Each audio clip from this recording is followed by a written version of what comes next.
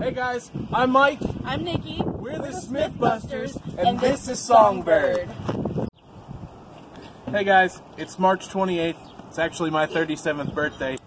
Yesterday, we had a buddy come over and do some welding for us. He welded around... Shout out to Logan. Yep. Shout out to Logan. He welded some floor panels in for us in some of the rusty, nasty spots. Did a killer job. He did. He really did.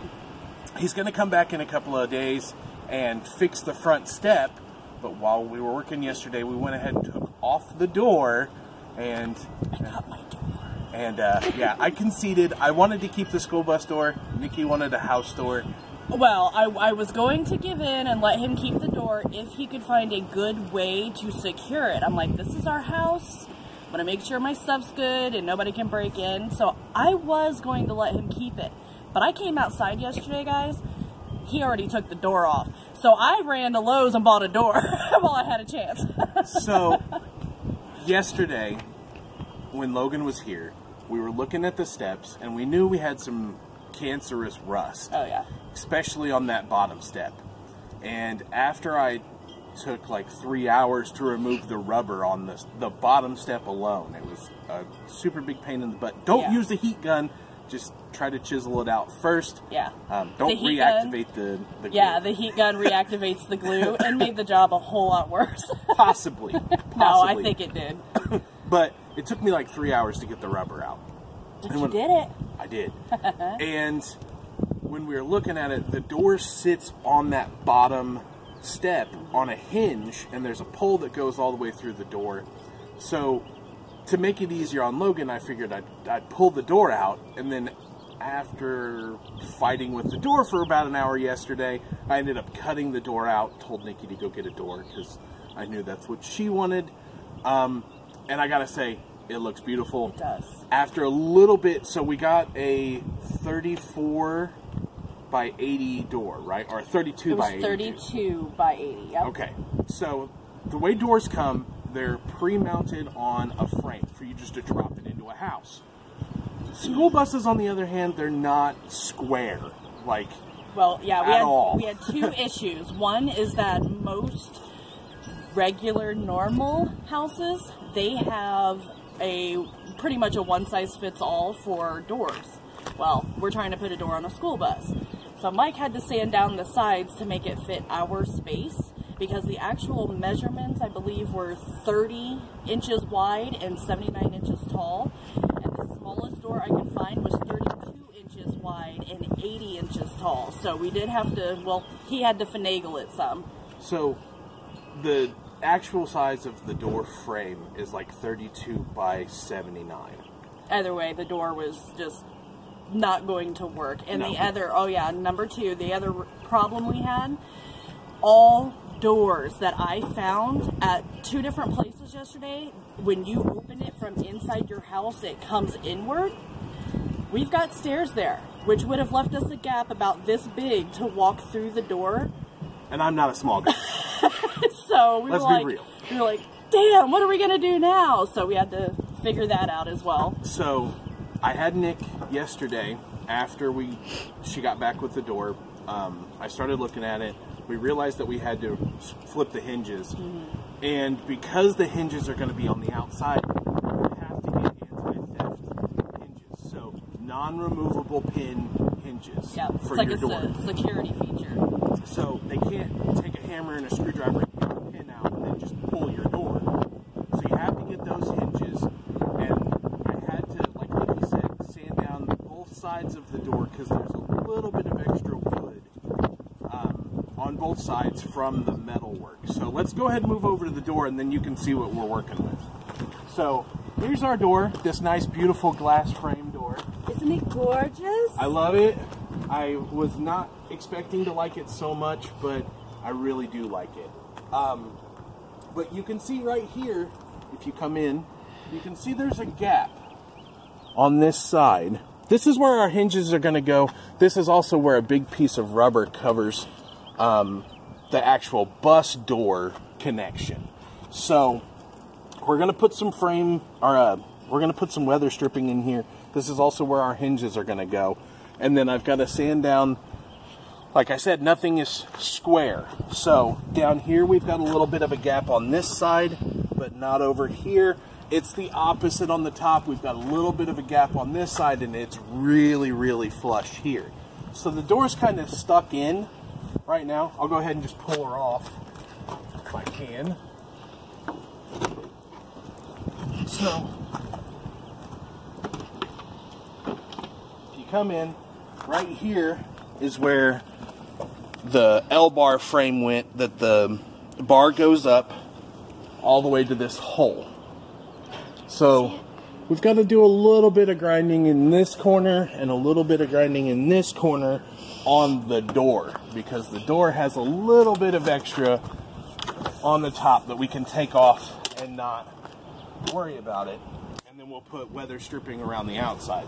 So that's the door. We're going to mount the handle and the lock into this part of the frame. This is an empty square stud of steel. So I'm going to drill into this so we've got a good place for the padlock, like the deadbolt to go, and make sure our home and our children are safe, just like they are in a regular, normal house. And then on this side, we're just going to drill in and mount the hinges, and as a little bit of added security, because we don't know how secure a screw into this section is going to be. I'm going to also put a little bit of JB weld, which is metal on metal welding. I'm going to sand this down with a grinder, and I'm going to metal on metal weld the hinges with JB weld. It's 2-part epoxy welding. I'm going to put the screws through with the JB weld on the back side of the hinge and the screws going through the JB weld. So it'll weld it on the door frame. So that way it's super secure and it won't be able to be ripped off in the future. So we're going to be safe. Our stuff's going to be safe. Our kids, our dogs, everything's going to be safe. But if you look at the side of the door here, you can see where I had to remove a little bit. There's about a centimeter worth of wood that sticks out. If you just sand that down, this becomes a 30-inch door by 79 inches. I had to take the weather stripping off the bottom as well, but we're going to add that all in the interim after we put it in. So yeah, like we were already mentioning about the hinges to the door. Like I said, all doors that I found anyway, they all pull in. And if Mike scoots over just a little bit, these stairs right here would make it hit the door right there, and we would have to squeeze in through a little tiny little spot, and guys, that ain't happening. So we, like I said, he sanded it down, and we flipped it the other way around and took off the pre-made frame that was already on it. And Mike's hooking it up. He's going, like I said, he said earlier, I went and purchased some anti-theft hinges. They're actually right here. Yeah, so the reason why I bought these in particular is because the way this will be sitting, it's going to be like this. So if these were not anti-theft, somebody could come in with a screwdriver and just pull those out and just pull the door right off like Mike just did just a second ago. So these, if you look, they're anti-theft.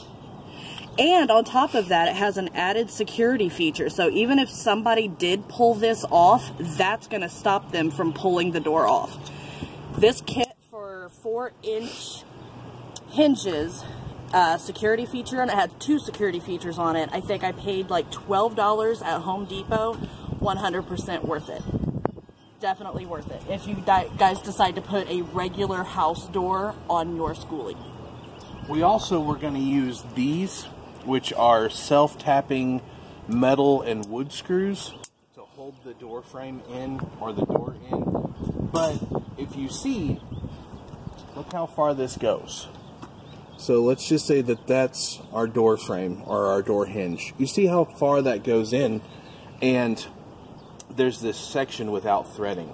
And when it gets to there, it stops holding. And that's going to be where it's going to be holding the frame. So we're going to use a little bit of shorter screws, and they're going to have... got another one right here. I've got extras. They're going to have threading all the way down to the taper at the top. That way it's got a nice secure grip, and then the JB weld is going to hold it the rest of the way until it sets. So we're going to cut the video here. We're going to have video from yesterday of Logan doing some stuff, us grinding, and yeah, us putting in the door. And then the door frame opening and all that will be throughout this video. So this is day like 7, 8.